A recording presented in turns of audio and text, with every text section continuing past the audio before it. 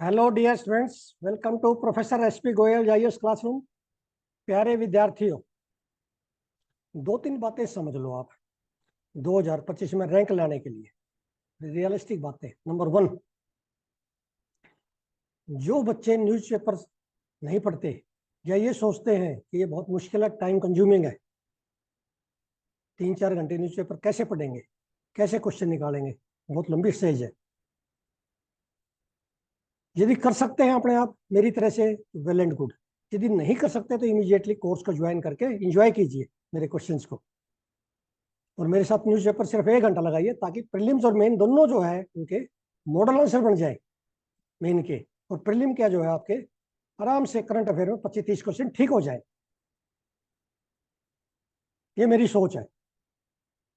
दूसरा, जो बच्चे इन सर्विस है, नौकरी पे जाते हैं, जिनको 4-5 घंटे मिलते हैं, उनको मेरी सलाह है इमीडिएटली आप ज्वाइन कीजिए।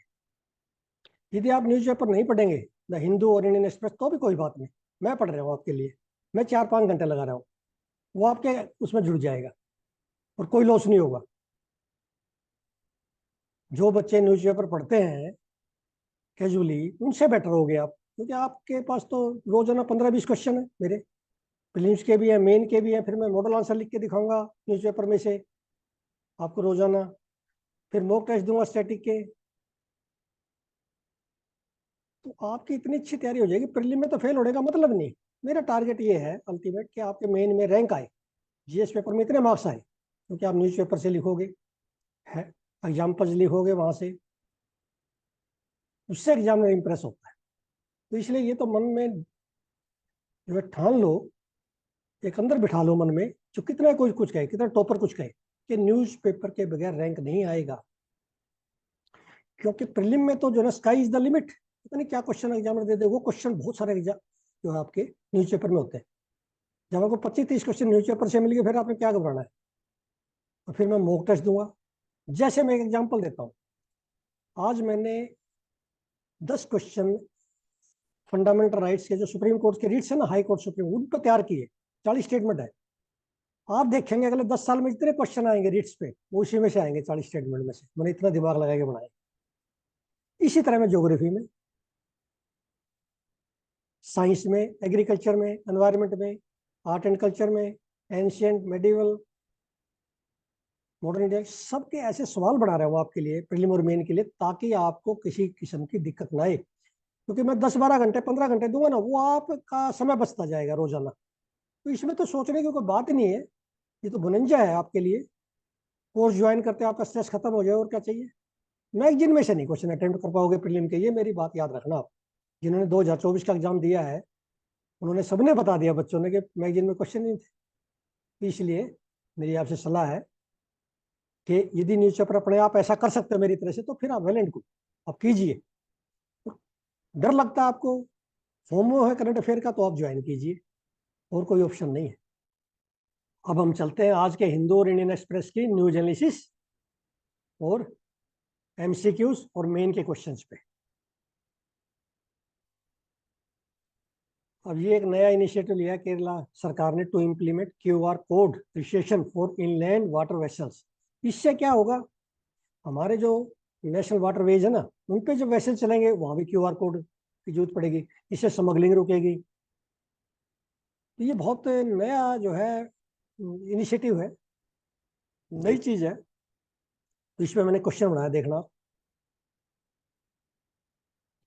Kerala is the first Indian state to develop an online registration portal for inland waterway vessels based on Inland Vessels Act 2021. Each vessel is provided with a registration number with a QR code to check legality. अब ये India Australia trade pact yielding great results. अब आप सभी को पता है कि हमारा जो है रिसेंटली फ्री ट्रेड एग्रीमेंट हुआ है ऑस्ट्रेलिया के साथ, economic cooperation and trade agreement, ECTA। ठीक है, तो अब ये देखिए आगे आप, ये मैंने इसके 4 स्टेटमेंट में इसका सारा क्रक्स निकाल दिया, जिस निकाल दिया इसका न्यूज का। ये फायदा है मेरे साथ जुड़ने का, कि इंडिया ने ECTA जो है विद ऑस्ट्रेलिया किया है। अब ये Gaganyaan astronaut to travel to International Space Station in mission with NASA.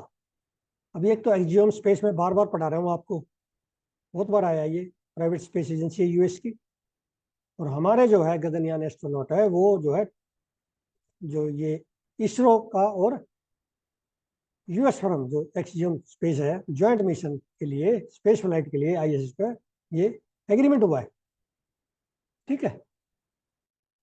अब ये देखिए, erratic snowfall blurs winter early summer in fragile Himachal region, ये एक तो क्लाइमेट चेंज का है एग्जांपल। इरेटिक स्नोफॉल, और इरेटिक स्नोफॉल से क्या होगा, क्लाइमेट चेंज से क्या होगा, उनकी जो है जैसे एप्पल को या टेम्परेट फ्रूट है उनको स्नोफॉल की जरूरत होती है, प्रोडक्शन कम हो जाएगी इमीडिएटली। बहुत सारे जो ना पानी का, वाटर अवेलेबिलिटी, बहुत सारे इम्पैक्ट आएंगे। क्वेश्चन देखिए, Himachal Pradesh is witnessing less snow cover during winters, ये आप एग्जांपल दे सकते हैं। Which poses a significant challenge for water availability at summer, क्योंकि वो ग्लेशियर नहीं पिघलना अल्टीमेटली। ठीक है ना। अभी रिपोर्ट जो ना हिम कोस्टे की रिपोर्ट है, ये आप कोट कर सकते हो क्लाइमेट चेंज की जब लिखोगे एस्से और जीएस पेपर में। ठीक है। अब ये देखिए इंडियन एक्सप्रेस की मैगजीन में है, लास्ट सी में देखना आप, क्लाउड्स पे ये एक आर्टिकल है। ये इस तरह के तो मैगजीन तो कोई पढ़ता ही नहीं। अब इसमें क्वेश्चन देखिए जो मैंने निकाले हैं, इसमें से जिस निकाल दिया इसका, high flying clouds floating between 16,500 and 42,500 feet above are cirrus, cirrostratus and cirrocumulus. Cirrus are wispy and feathery comprising chiefly of ice crystals. इस तरह की चीजें कई बार इसमें से निकाल देता है एग्जामिनर न्यूज़पेपर में से, और वो आपके आ जाते हैं सीधा। और फिर क्लाउड्स पे दे दिया, सीरस क्लाउड्स को क्या कहते हैं, मेयर्स टेल। ठीक है। और सीरोमुलस और अल्टोकुमुलस क्लाउड्स को क्या कहते हैं, मैकरेल स्काई। फिर ये देखिए, rain bearing clouds are called nimbus clouds. ये बड़ी सिंपल स्टेटमेंट लगती है लेकिन कई बार हम भूल जाते हैं में प्रीलिम एग्जाम में। और ये आपको जैसे क्लाउड्स पे आप क्या करना है, एनसीईआरटी में जाके डिफरेंट क्लाउड्स, कौन से बारिश वाले हैं, किनका क्या है कलर, कितने हाइट पे है, ये सारे याद कर लो, नोट्स बना लो क्लाउड्स पे। अब एआई का जो है एनर्जी में, डिफेंस में, स्पोर्ट्स में, हेल्थ में, एजुकेशन में, ये आपसे क्वेश्चन 2024 में भी आएगा, 2025 में भी आएगा, हर साल आएगा। मेडिकल साइंस में, आर्मी में, हर जगह रोल है। तो इसमें से आपने नोट्स बनाने हैं कि एआई का जो है आर्मी में क्या रोल है, डिफेंस में। अब ये मैंने क्वेश्चन बना दिया, Indian defence wing needs quick upgradation in its technology and warfare weapons, explain the role of AI and modern technologies in strengthening the defence system in India. आप समझते हैं एआई का तो बहुत ज्यादा रोल है डिफेंस में, तो कैजुअलिटी नहीं होगी, जो काम इंसान कर रहा है एआई से होगा। एक तो वो क्या है, 100% एक्यूरेसी आएगी, एक कैजुअलिटी नहीं होगी। अब ये are enough formal jobs being created, ये क्वेश्चन में क्यों लेके आया ये एफएक्यू का आया है दी हिंदू में। जो भी एम्प्लॉयमेंट से, पॉवर्टी से, वो आपने पढ़ने हैं सारे। उसमें डाटा दिया हुआ है, जैसे यूनियन बजट में है। अब मेजर थ्रस्ट क्या है एम्प्लॉयमेंट में, और इसमें है, अब यह देखिए आप, what is the current state of employment, ये क्वेश्चन है सीधा 5 नंबर का। एक क्वेश्चन में 5 नंबर का पार्ट ऐसे आएगा जब एम्प्लॉयमेंट को आएगा, क्या करंट स्टेट है इसमें लिख दो, ये डाटा याद कर लो। ठीक है ना। जो इकोनॉमिक सर्वे में दिया है, India's workforce was estimate to be nearly 56.5 crore 2022-23, कितना इंपॉर्टेंट है, जिसमें 45% से ज्यादा एग्रीकल्चर में एम्प्लॉयड है। ये एग्जाम्पल आपको, इस तरह के डाटा आपको अच्छे नंबर लेने के लिए मेन में देने पड़ेंगे। फिर देखना, what are the specific schemes employment के लिए, how effective are the scheme likely to be, then what else is needed to create, जो क्या करना चाहिए एम्प्लॉयमेंट क्रिएट करने के लिए। तो इसमें से आप नोट्स बनाइए। ये 10 नंबर का क्वेश्चन हमेशा तैयार रहता है एम्प्लॉयमेंट और जो है पॉवर्टी पे। अब should India focus on natural farming, सबसे पहले तो आप ये समझिए जो जीरो बजट नेचुरल फार्मिंग क्या है। ये फार्मिंग की जो है नेचुरल फार्मिंग है, स्ट्रेटजी है, टेक्निक है नेचुरल फार्मिंग इंडिजिनस, जिसके अंदर बाहर से आउटसाइड से कोई इनपुट नहीं आएगा, जो फील्ड में है, जो खेत के अंदर है, उसी को यूज करना है, उसी से कंपोस्ट बनानी है, उसी से हमने जो है बीज अमृत, बीज पे दवाई लगानी है, पेस्टिसाइड बनाना तो उसी से बनाना, नीम वगैरह का, खेत में से ही, बाहर से नहीं लाना कोई भी चीज। कोई ऑर्गेनिक मैन्योर भी बाहर से नहीं जाएगी। समझो नेचुरल फार्मिंग ऑर्गेनिक फार्मिंग में डिफरेंस समझो। इसकी मैं एक वीडियो लेके आऊंगा अलग से, याद रखना आप, इसका एक मॉडल आंसर भी दूंगा आपको, इनमें दोनों में डिफरेंस क्या है। नेचुरल फार्मिंग और ऑर्गेनिक फार्मिंग में थोड़ा सा डिफरेंस है कि नेचुरल फार्मिंग में तो मान लिया आप जो है ऑर्गेनिक मैन्योर इस्तेमाल कर रहे हैं, तो खेत की उसी खेत की होनी चाहिए, उसी की बनी होनी चाहिए। कोई बीज अमृत है, जीवामृत है, ये माइक्रोबियल खेती कहते हैं इसको, माइक्रोब से। लेकिन ऑर्गेनिक फार्मिंग में क्या है कि हम मान लिया फार्म यार्ड मैन्योर है, गोबरी खाद है, कंपोस्ट है, दूसरे फार्म से भी ला सकते हैं, वो भी ऑर्गेनिक है, लेकिन नेचुरल में बाहर से नहीं ला सकते। दूसरा, नेचुरल ऑर्गेनिक में सिमिलरिटी क्या है, केमिकल पेस्टिसाइड नहीं है, केमिकल फर्टिलाइजर नहीं है, ग्रोथ प्रमोटर नहीं है कोई भी केमिकल, जीएम क्रॉप नहीं है, याद रखना जीएम क्रॉप नहीं है इसमें, हाइब्रिड नहीं आते। और नेचुरल फार्मिंग में हमेशा आप देखोगे देसी काऊ का जिक्र हुआ है, देसी काऊ का बनाना है, काऊ डंग से और यूरिन से जितने भी प्रोडक्ट बनेंगे। तो इसमें यह बताया गया है कि आईसीआर उन्होंने एक्सपेरिमेंट किए हैं, दे आर नॉट एग्री, कि वो कहते हैं कि व्हीट में की, राइस की, शुगर केन की, जो हाई इनपुट रिक्वायरिंग क्रॉप है, हाई फर्टिलाइजर रिक्वायरिंग क्रॉप है, न्यूट्रिएंट रिक्वायरिंग, उसमें यील्ड कम हो रही है। ये देश में जो है चर्चा चल रही है, डिस्कशन का मुद्दा है। तो ये कह रहे हैं भी और एक्सपेरिमेंट की जरूरत है। पीएयू के साइंटिस्ट ने तो कहा है, पीएयू के प्रोफेसर ऑफ एग्रीकल्चर इकोनॉमिक्स ने, ही इज नॉट कन्विंस्ड कि हमारा जो है पॉपुलस कंट्री है, इतनी पॉपुलेशन है, नेचुरल फार्मिंग को हम लार्ज स्केल पर अडॉप्ट करेंगे, it is not a successful model, हमारी फूड सिक्योरिटी को खतरा हो जाएगा। ये इसमें जो है लिखा गया है क्या चैलेंजेस है और इसके क्या फायदे हैं। फायदे हैं इसके, क्योंकि रेजिड्यू नहीं आता, हमारी जो है केमिकल फर्टिलाइजर इंपोर्ट कम करने पड़ेंगे हमें, हमारी सॉइल की फर्टिलिटी बढ़ेगी, उसमें माइक्रोब्स बढ़ेंगे, उसमें फार्मर की इनकम बढ़ेगी क्योंकि इनपुट कम लगेंगे, बाहर से खरीदने कम पड़ेंगे। ये इस तरह की सारी मैं आपको इसका नेचुरल फार्मिंग और ऑर्गेनिक फार्मिंग का एक मॉडल आंसर बना के दूंगा, सिर्फ आपने याद करना है, और इसकी definition what is natural farming. ठीक है, इसमें तो लिखा है in natural no chemical fertiliser and pesticide are use, यही उसका है ऑर्गेनिक फार्मिंग का। It promotes traditional indigenous practices which are largely based on farm biomass recycling, उसी की रिसाइकलिंग करनी है। मान लिया क्रॉप रेजिड्यू है, उसी से जो है कंपोस्ट बननी है, उसी से ऑर्गेनिक मैन्योर वही यूज होना चाहिए। ठीक है, समझ गए। तो आप वो कंसेप्ट समझ लो। आंसर, मॉडल आंसर मैं आपको भेज दूंगा अपने आपके मेल पर जिन्होंने एनरोलमेंट की है। अब ये इसमें बताया गया कि सुभाष पालेकर ने शुरू की थी। अब इंडिया में जो है कई सेंटर हैं, आंध्र प्रदेश में काफ़ी इसमें प्रोग्रेस है, महाराष्ट्र, हरियाणा में सेंटर है इसका, कुरुक्षेत्र में ऑर्गेनिक फार्मिंग का एक। तो ये सारी जो है आपने इस तरह से पॉइंट वाइज लिखनी है।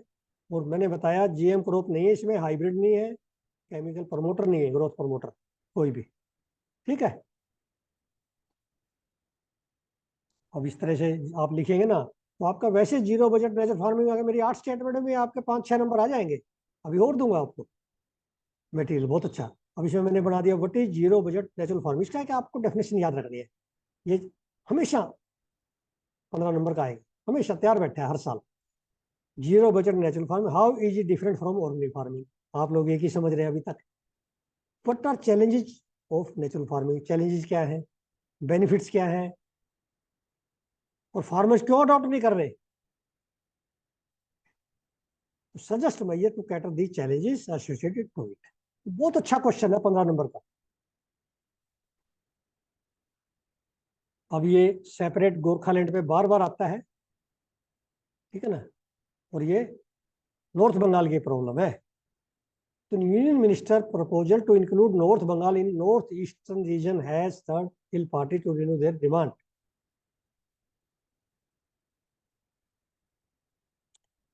अब ये बटरफ्लाइज पे है, साइंस पेज पे, बटरफ्लाइज पे, एनवायरमेंट पे, हनी बी पे, पोलिनेटर्स पे, कोई भी क्वेश्चन कभी भी आ सकता है, मशरूम पे। तो ये कहा गया इसमें butterflies and moths collect so much static electricity while in flight that pollen grains from flowers can be pulled by static electricity. उससे पुल कर सकते हैं ये. अब ये मैंने इसमें जो है बता दिया. बटरफ्लाई, मोथ एंड अदर लेपिडोप्टरा होता है इंसेक्ट का ना, जिसमें कैटरपिलर बनती है, उसको लेपिडोप्टरा कहते हैं. आपने देखी ना caterpillar. They are known to collect electrostatic charge. तो ये जो है आपका साइंस एंड टेक्नोलॉजी का क्वेश्चन है. Then which of the following is the first national park in India with a butterfly park. आप सभी को पता है, मैं बार बार बताता हूँ, कई बार आ चुका है ये. बेंगलुरु में बानरघट्टा नेशनल पार्क. अभी निकोबार पोर्ट प्लान, इसके ये नीति आयोग ने जो है कंसीव किया था इस प्रोजेक्ट को, ग्रेट निकोबार प्रोजेक्ट.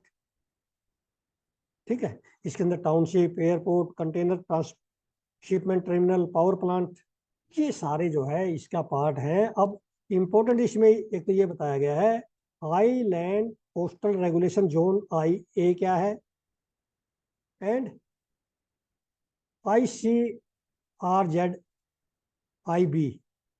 क्या है. इन दोनों में डिफरेंस क्या है. ठीक है. 1A में तो क्या है, पोर्ट्स प्रोहिबिटेड है. 1B में जो है दे आर परमिटेड.